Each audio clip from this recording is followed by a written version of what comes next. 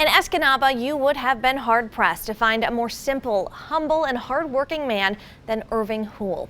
Irving also had a deep love and devotion to his Catholic faith, but Irving's faith and life would take an unexpected and dramatic turn in 1993.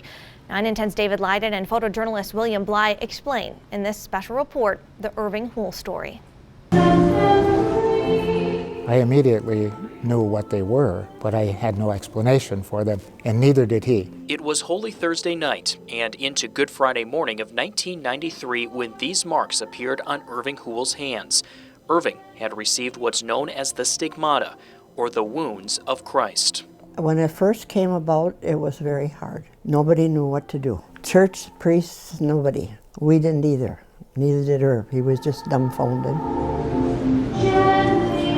Irving would soon begin a prayer ministry, traveling to churches, praying over people, and laying his hands on them. Seemingly miraculous healings would follow his encounters and prayer with some people. One of those people is Terry Saunders, a former member of the Michigan State Police and current deacon for the Diocese of Marquette. I had a very serious cancer that metastasized to my lungs. Saunders was given 5 months to live in December of 1992 after doctors diagnosed him with stage 4 sarcoma. But somehow, by the time May came around in 1993, I was still alive.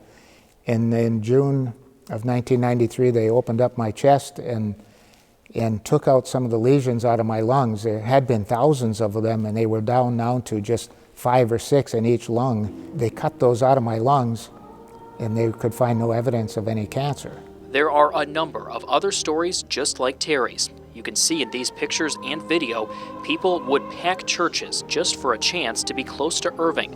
But he never took credit for any of the miracles, and having the stigmata was something he always kept quiet. Never about him. It was always about the church and Jesus, and so you found yourself in a totally different light. The stigmata would stay with Irving until his death in 2009. The Diocese of Marquette officially opened his cause for canonization in November of 2018.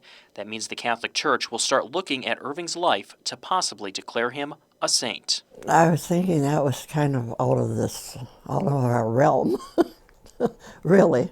You know, you don't realize what your conception is of a saint. And that was my problem. I figured that a saint was something holy right from the day it was born.